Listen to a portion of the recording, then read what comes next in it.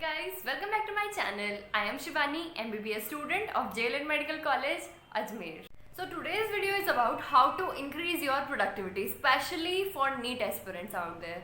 Alright, so all the tips that I'm going to give you guys in this video helped me out during my NEET preparation journey, and I hope that this will help you guys out also.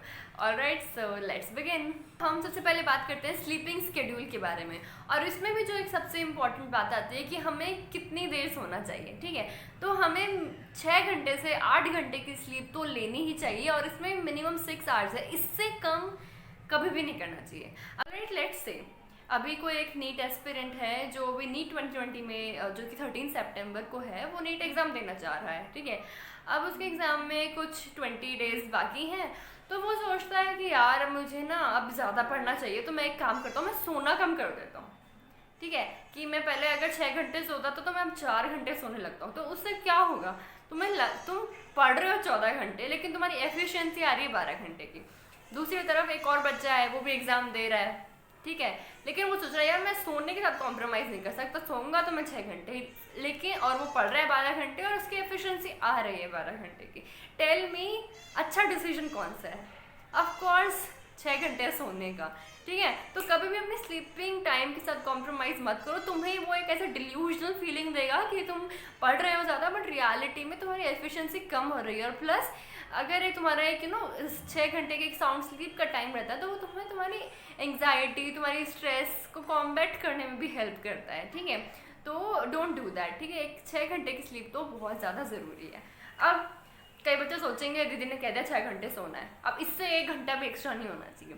मेरी story बताऊँ, मैं ना रात को 10 बजे से जाती थी, और मैं हमेशा ऐसे काउंट करके सोती थी कि मुझे 4 बजे उठना है. मैं अलार्म लगा के सोती थी, लेकिन मैं कभी उठ ही नहीं पाई आज तक 4 बजे. मैं हमेशा 5 बजे जाके उठती थी. ठीक है, स्टार्टिंग में I used to panic a lot कि यार मैं इतना ज़्यादा सो रही हूँ, शिट क्या क्या क्या. लेकिन एंड तक मुझे समझ में आ गया कि इससे कुछ फ़र्क नहीं पड़ रहा है. मैं खुद ज़्यादा बेटर फील कर रही हूँ, मैं बाकी पूरे दिन फिर अच्छे से पढ़ाई करती हूँ. ठीक है, तो मतलब 6 घंटे का मतलब 6 घंटे नहीं है, तुम 7 घंटे, तुम्हारी बॉडी जितना डिमांड कर रही है ना, तुम इतना सो सकते हो. डिमांड करिए इसका मतलब ये नहीं सारा दिन सो रहे हो, लेकिन हाँ 6 से 8 घंटे की स्लीप तुम ले सकते हो.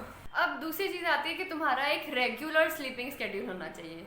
उससे मैं क्या कहना चाह रही हूँ, तुम्हें ऐसा बिल्कुल भी नहीं करना चाहिए कि यार आज मेरा रात में पूरा टाइम पढ़ने का मन है तो आज मैं रात भर पढ़ती हूँ, आज मेरा ना सुबह उठ के पढ़ने का मन है तो मैं सुबह उठ के पढ़ती हूँ.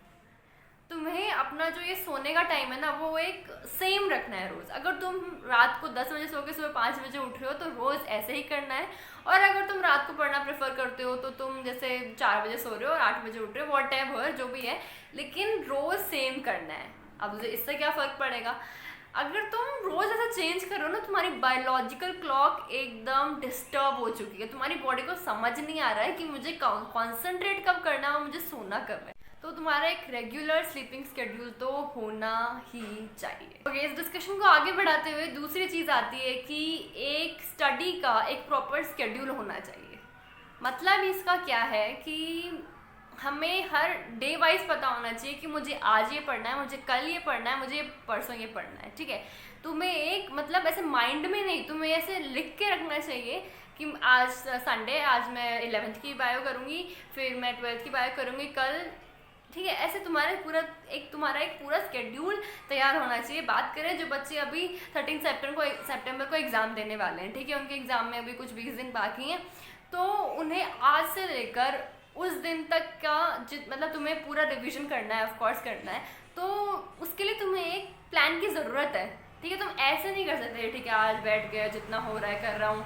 नहीं, तुम्हारे पास एक प्रॉपर स्केड्यूल होना चाहिए कि आज मुझे बायो कंप्लीट करनी है, आज मुझे फिजिक्स कंप्लीट करनी है, मुझे केमिस्ट्री कंप्लीट करनी है, फिर मुझे बहुत सारी हार्ड चीज़ें देखनी है, फिर मुझे उन चीज़ों को रिवाइज करना है. ठीक है, तो उनको डे वाइज जो है डिवाइड करके रखो. उससे होगा क्या, मुझे पता है क्या होगा कि जैसे तुम आज का तुम्हारा ऐसे ये करना है, ठीक है, तो तुम्हें ना इस चीज़ का टाइम नहीं मिलेगा कि यार मन नहीं कर रहा पढ़ने का, क्योंकि तुम्हारे पास ऑप्शन नहीं है.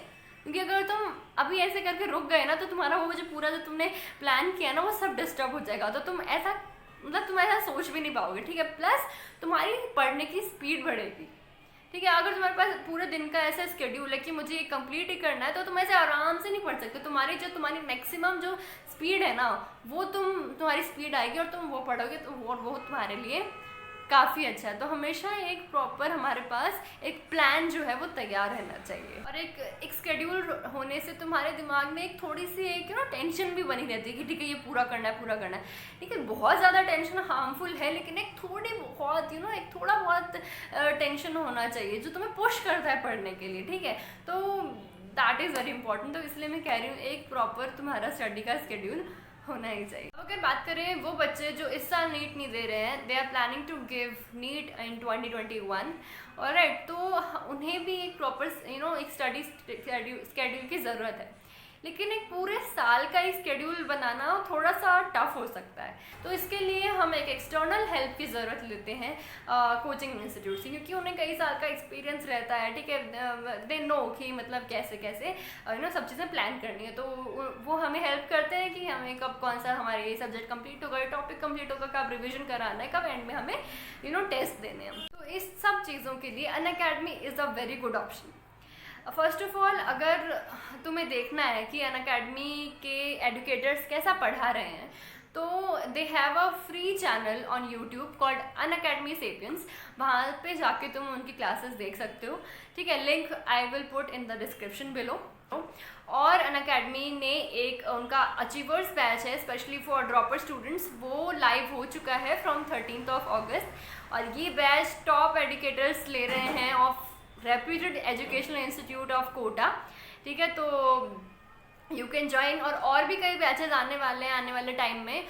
और फेमस केमिस्ट्री के टीचर रणजीत शाही सर लाइव फ्री क्लासेस ले रहे हैं अनअकैडमी पे, तो you guys can join that also, alright. अब तीसरी चीज़ आती है स्पेशली उन बच्चों के लिए जो अभी एग्ज़ाम देने जा रहे हैं 13 सितंबर को। तुम्हारा एग्ज़ाम जिस भी टाइम में है, आई गेस 2 बजे से 5 बजे तक है, तो उस टाइम पे अभी 20 दिन बाकी है, तुम ये अब भी कर सकते हो। उस टाइम पे तुम्हें ध्यान रखना है कि जो भी तुम्हारा स्टडी का स्केड्यूल है ना, 2 से 5 बजे तक तुम्हें मैक्सिमम कंसंट्रेशन के साथ पढ़ाई करनी है, जिस कंसंट्रेशन के साथ तुम उस दिन नीट का एग्ज़ाम देने जाने वाले हो, ठीक है। This is very important. वो ये इंपॉर्टेंट इसलिए है क्योंकि जिस दिन तुम एग्जाम देने जा रहे हो ना, उस दिन तुम्हारी बॉडी को एकदम अलग नहीं लगना चाहिए, ऐसा ही लगना चाहिए नॉर्मल डेज की जैसे, ठीक है। मैं इतने दिन से वैसे भी इतने कॉन्सेंट्रेशन के साथ पढ़ रहा हूँ, आज एग्जाम में आज भी कॉन्सेंट्रेशन के साथ पढ़ रहा हूँ, ठीक है। तो बॉडी में एक अलग सा चेंज नहीं आएगा, और ये बहुत ज़्यादा इंपॉर्टेंट है। जब हम कोचिंग में पढ़ते थे, हमारे टीचर्स हैं हमेशा कहा करते थे, ठीक है।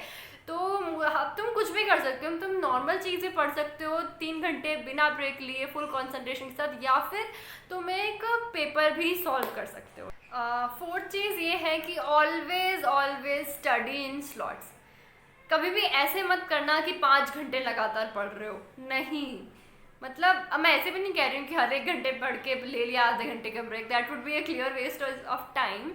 लेकिन तुम ऐसे कर सकते हो कि 1 घंटे पढ़ के तुमने 5 मिनट नैप ले ली, अब उसे नैप बोल दो या सिंपल आंख बंद करके लेट जाओ, पर करके देखना, बहुत अच्छा फील होता है। एक तो तुम्हारी आइज़ को रेस्ट मिलता है, तुम्हारे ब्रेन को रेस्ट मिलता है, और जब तुम वापस रिज्यूम करते हो ना अपनी पढ़ाई, तुम काफ़ी अच्छे से पढ़ पाते हो, तुम्हारी प्रोडक्टिविटी, तुम्हारी एफिशिएंसी डेफिनेटली इंक्रीज होती है, राइट। सो लास्ट पॉइंट काफ़ी बेसिक सा पॉइंट है, लेकिन नेवर स्किप योर मील। कभी तुम्हें लग रहा है कि मुझे इतना सारा पढ़ना है, छोड़ता हूँ, खाना खाने नहीं जाता हूँ, ये तो आज कंप्लीट करना ही है। क्या ही फ़र्क पड़ेगा, फ़र्क पड़ेगा। कभी मत करना ऐसे, तुम्हारी बॉडी को वर्क करने के लिए फ्यूल की ज़रूरत है, और वो फ्यूल तुम्हें खाने से ही मिलता है। कभी मत करो, तुम अपनी हेल्थ के साथ कॉम्प्रोमाइज़ कर रहे हो, तुम्हें पता नहीं इसके क्या कॉन्सिक्वेंसेज हो सकते हैं। तो never skip your meal, alright. So these are pretty much all the tips that I really wanted to share with you guys, alright। so और जो भी बच्चे अभी एग्ज़ाम देने जाने वाले हैं 13 सितंबर को, my best wishes to them. और अगर किसी को किसी भी तरह की हेल्प की ज़रूरत है तो मुझे कांटेक्ट कर सकते हैं, मैं डिस्क्रिप्शन में दे दूँगी मेरे इंस्टा ID और मेरी मेल ID, ठीक है। All the best guys, keep hustling. अगर ये वीडियो थोड़ा सा भी हेल्पफुल लगा हो तो consider subscribing, alright. So until my next video, stay healthy and bye.